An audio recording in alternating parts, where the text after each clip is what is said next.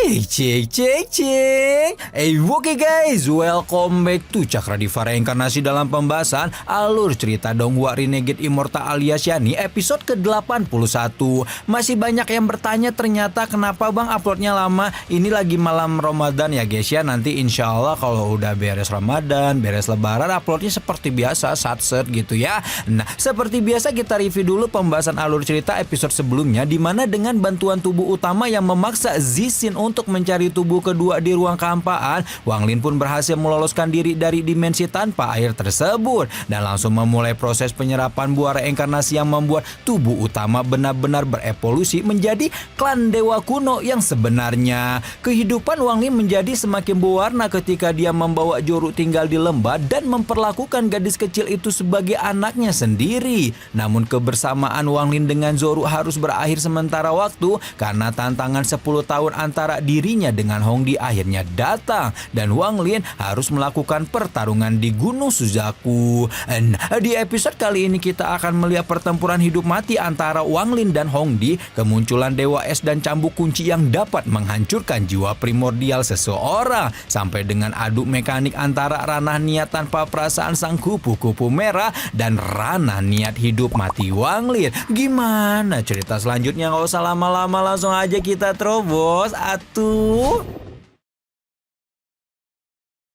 Setelah melewati perjalanan beberapa lama, akhirnya Wang Lin dan Feng Yusan pun sampai di kerajaan Sujaku yang nantinya akan menjadi lokasi baku hantam antara Wang Lin dengan Hongdi. Ketika sampai di sana, Wang Lin telah disambut oleh seseorang gadis cantik bernama Putri Salju alias Baisu yang merupakan murid sekte jalan keabadian atau Rendaushian. Baisu dan Wang Lin saling memperkenalkan diri dengan hormat sebelum kemudian murid sekte Rendaushian itu berkata bahwa dia akan bertanggung jawab untuk mengatur peristirahatan Wang Lin selama berada di benua Sujaku. Baisu melemparkan 2 bola energi ke udara, kemudian berubah menjadi sepasang bango putih yang akan menjadi kendaraan mereka untuk pergi ke kediaman sekte jalan abadi.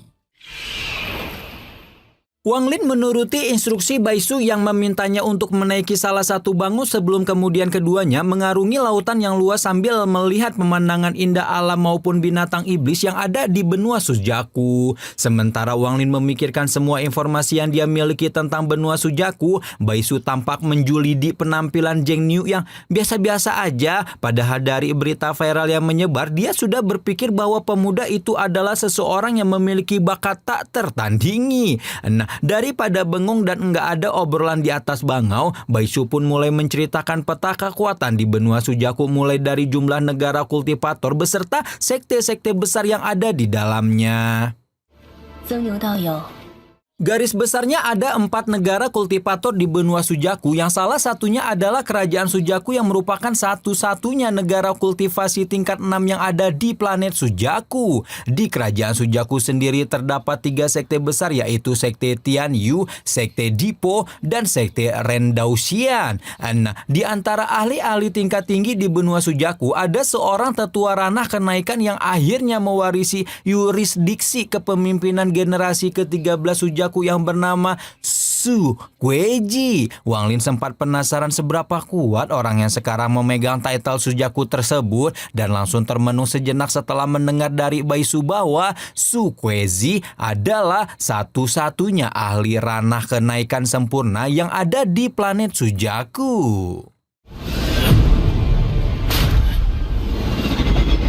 Di tengah cerita panjang lebar Baisu, Wang Lin melintasi sebuah bangunan megah yang didominasi dengan warna hijau ketika merasakan ada aura dingin menyebar sebelum menemukan Hongdi sedang menggantung di langit sambil menatap tajam ke arahnya. Baisu menjelaskan bahwa mereka baru saja melewati sekte Tianyun yang telah mengangkat Hongdi sebagai murid sekte bertahun-tahun yang lalu. Sebenarnya ketua sekte Rendaushian juga berniat mengangkat Wang Lin sebagai murid, dan karena itulah Baisu bertanya apakah pemuda itu memiliki keyakinan untuk menang. Baisu hanya terkekeh ketika mendengar Wang Lin merendah sebelum kemudian mengabarkan bahwa mereka telah tiba di sekte Rendaushian.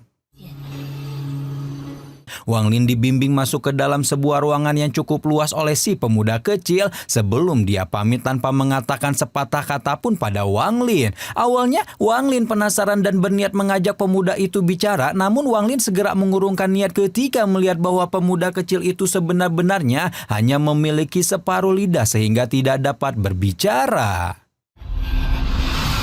Tanpa melakukan tindakan apa-apa lagi, si pemuda kecil pun lanjut pamit dan membuat Wang Lin semakin merasa aneh karena selain terus merasakan ancaman sejak sampai di benua Sujaku, Wang Lin merasa tempat yang dia datangi lebih mirip penjara dibandingkan sekte biasa. Tidak mau banyak pikir lagi, Wang Lin pun memutuskan untuk berkultivasi di dalam kamarnya dan melengkapi informasi tentang peta kekuatan benua Sujaku di Sleep Giok sambil memikirkan kemungkinan apa saja yang tersembunyi di balik pertandingannya melawan Hongdi. Wang Lin sedang memikirkan jika kemungkinan besar selain Zhu Kueji memang ingin memasukkan baik dia maupun Hongdi ke sekte besar kerajaan Sujaku, pemimpin besar kerajaan Sujaku itu sebenarnya ingin memilih di antara mereka berdua dari hasil pertandingan. Ketika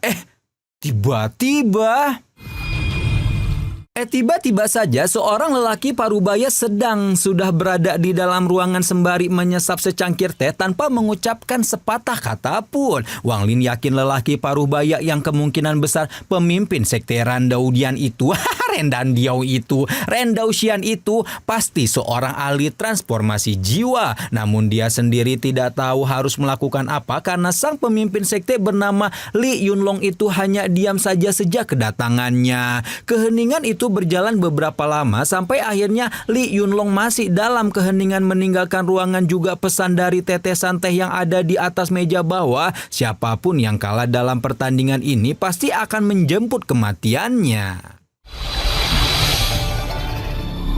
Singkat cerita, hari demi hari berlalu dan waktunya pertandingan antara Wang Lin melawan Hongdi akhirnya tiba. Kedua petarung telah berada di arena pertandingan yang dipimpin langsung oleh seorang tetua Asen dan kerajaan Sujaku dan disaksikan oleh para petinggi sekte besar kerajaan.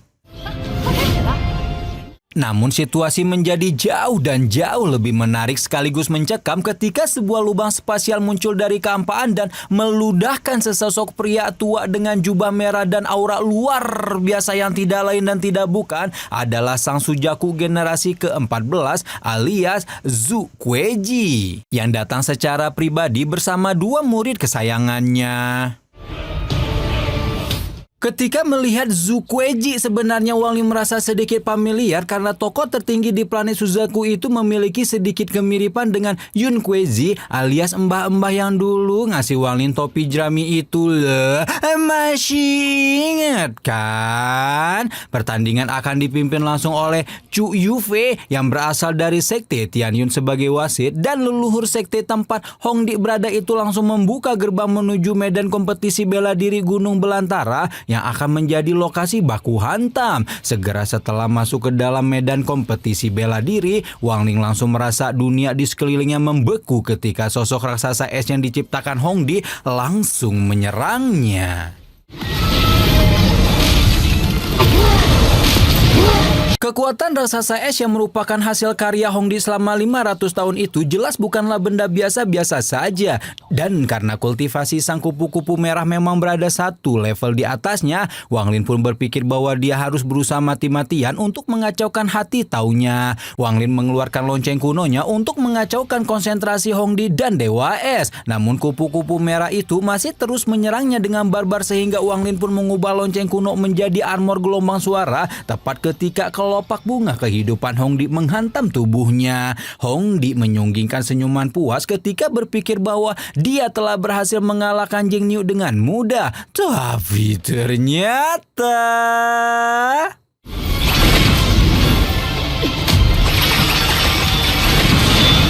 Tapi ternyata Wang Lin belumlah pindah alam seperti yang dia harapkan, malah menghancurkan kelopak bunga dari dalam dengan bendera larangan. Tidak selesai sampai di situ, Wang Lin segera melemparkan bendera larangan ke udara dan memanggil bencana surgawi yang akhirnya membuat Hongdi cukup kelimpungan. Hongdi mengeluarkan beberapa klon untuk mengurangi kekuatan bencana surgawi, bahkan membuat Dewa Es pasang badan untuk menahan gempuran bencana surgawi yang mengarah kepadanya. Namun tindakan itu membuat Dewa Es akhirnya pikirannya terkontaminasi larangan dan membuat Hongdi terpaksa mengeluarkan kartu trufnya, yaitu cambuk kunci yang menggetarkan jiwa.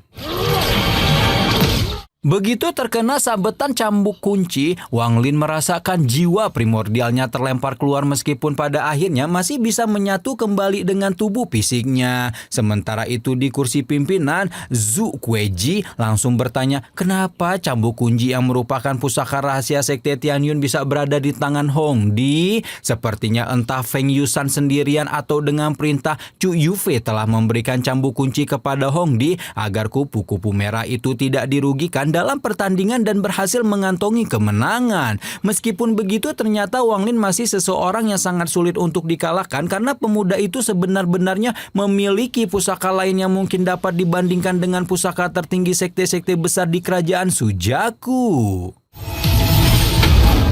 Iya, pusaka yang dimaksud tidak lain dan tidak bukan adalah kereta penembak bintang yang harapannya dapat menelan Dewa Es seperti yang dia lakukan kepada dukun klan peninggalan abadi beberapa episode yang lalu. Namun berhubung waktu berjalannya proses si banteng mengumpulkan kekuatan berlangsung cukup lama dan Wang Lin terus mengalami serangan barbar dari Hongdi, pemilik mutiara pembangkang surga itu pun akhirnya memutuskan untuk menahan pergerakan Hongdi sementara waktu dengan mengaktifkan kutukan di lengan kanannya. Tidak puas hanya dengan mengaktifkan larangan, Wang Lin pun mengayunkan pedang abadi hingga memotong separuh lengan Dewa Es sebelum kemudian melepaskan si banteng dari kereta penembak bintang untuk memulai penyegelan.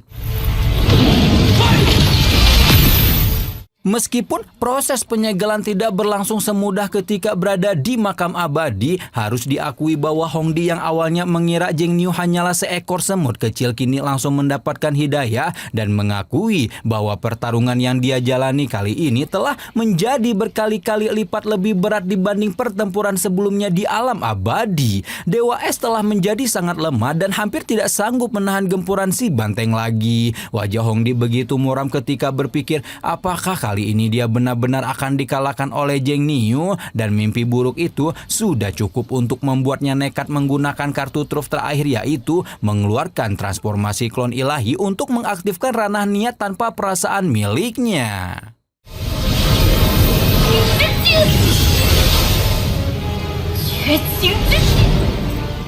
Kekuatan ranah niat tanpa perasaan Hongdi menyebar bahkan sampai keluar medan kompetisi bela diri dan membuat Feng Yusan terkejut karena dia tahu bahwa Hongdi telah mempersiapkan transformasi klon ilahi itu untuk menerobos ranah transformasi jiwa. Tidak disangka sekarang dia terpaksa menggunakannya untuk melawan Wang Lin. Namun dengan aktivasi klon ilahi yang ditambah dengan ranah niat tanpa perasaan, sekarang Feng Yusan yakin jika adik seperguruannya itu pasti akan memenangkan pertarungan ini. Sekarang kita tengokin dulu Wang Lin yang sudah masuk ke domain ranah niat tanpa perasaan Hongdi dan langsung mendengus kecewa karena memahami bahwa dia masih belum bisa menghancurkan ranah niat Hongdi padahal jiwa primordialnya telah terluka parah.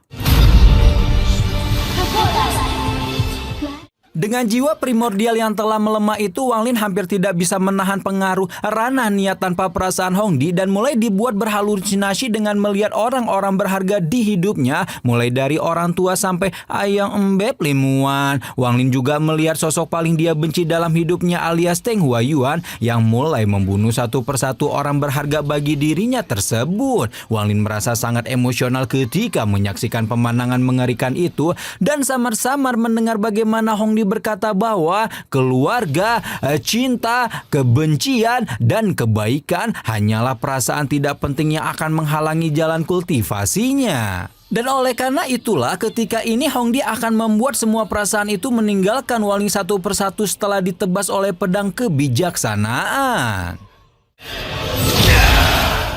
Begitu ditebas oleh pedang kebijaksanaan, bayangan-bayangan mengerikan dalam pikiran Wang Lin menjadi semakin padat dan akhirnya membuat Wang Lin tanpa sadar meraih pedang kebijaksanaan itu untuk memotong semua perasaan cinta dengan tangannya sendiri. Wang Lin menunjukkan tatapan kosong ketika melihat semua orang yang dia kenal telah berubah menjadi onggokan mayit tanpa kehidupan, di mana yang mencabut kehidupan mereka semua adalah dirinya sendiri. Hongdi menyunggingkan senyuman puas ketika melihat Wang Lin benar-benar tenggelam dalam ranah niat tanpa perasaannya dan hampir saja melakukan langkah terakhir untuk menghabisi Wang Lin.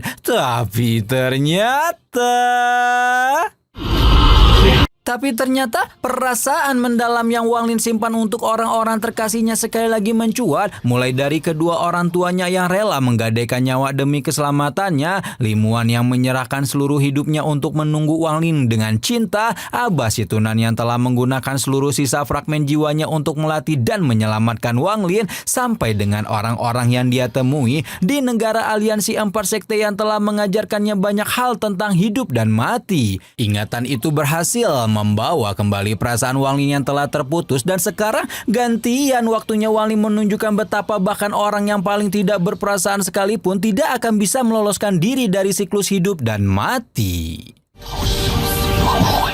Masya Allah, pertarungan hidup mati Wang Lin melawan Hongdi disaksikan langsung oleh calon bininya kedua, Wang Lin ya guys ya.